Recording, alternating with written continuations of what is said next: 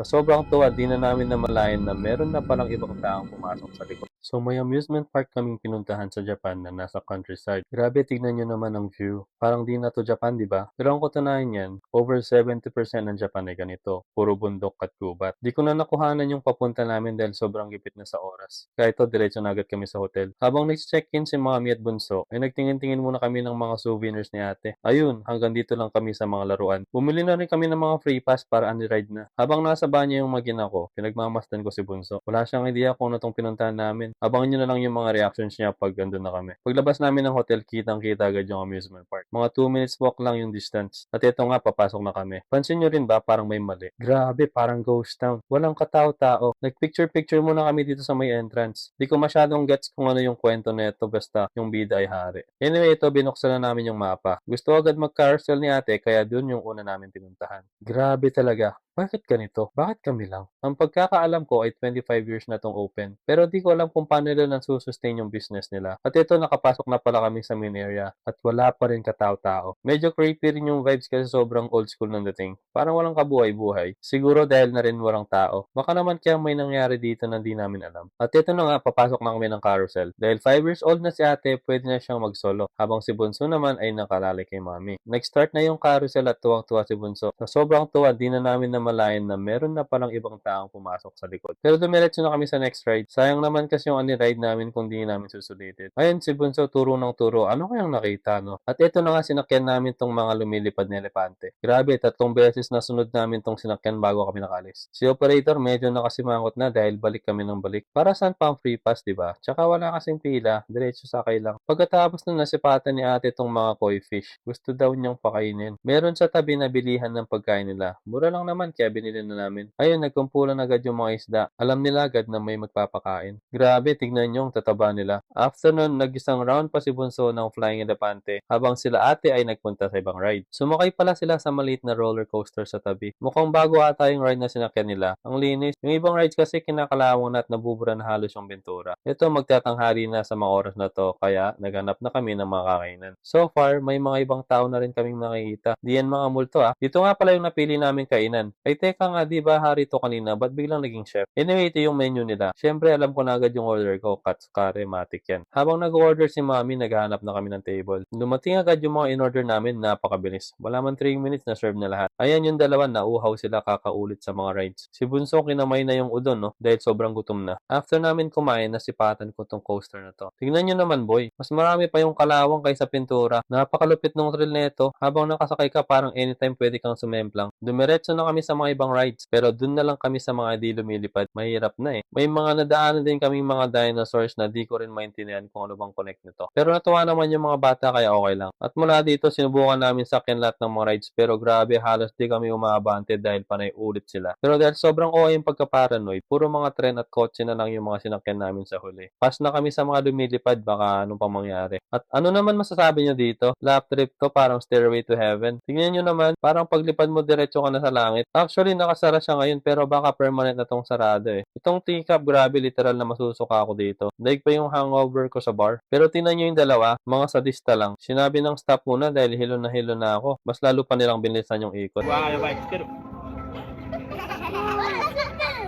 やめてよ。これです。できました。ぐるぐるなっちゃう。ぐるぐる。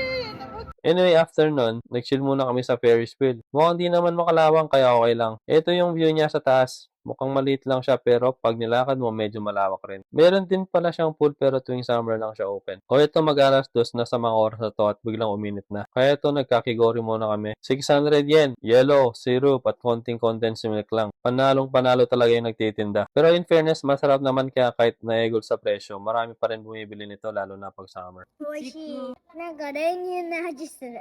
Di na kinaya ang init ni Bunso kaya ito nagsando na at sumisilong na kung san-san. Sa sobrang init, nagpahangin muna kami sa tren. Kahit papano, presko naman dito. Ayan pala, may mga kotse na sa labas. Akala ko malayo-layo yung tatakbuhan nitong tren. Iikutan lang pala namin tong fish pond. Ang presko pa naman pero bitin. Kaya naisipan na lang namin magpalamig dito sa loob. At least naka-aircon pa. Ang dami ng mga laruan dito. Feeling ko dito sila pinaka nag-enjoy. May natitira pang oras kaya pinuntahan namin yung mga ibang rides na sarado kanina. At dito sa barkong to, nag-isip muna ako ng matagal bago ko siya sakyan. Actually, di ko napansin na gumana tong barkong to buong araw eh. Parang kaduda-duda, di ba? Pero sinakyan ko pa rin. Unang angat pa lang grabe, lagit ni kagad eh. Feeling ko safe naman siya. Okay lang talagang mag-isip. Kaya feel free to ride at your own risk. Mag-aalas 5 na kaya babalik na kami sa hotel. Kaso yung souvenir shop sa exit, grabe, puro laruan. Kaya nauna na akong bumalik sa hotel para dalhin sa kwarto yung mga gamit.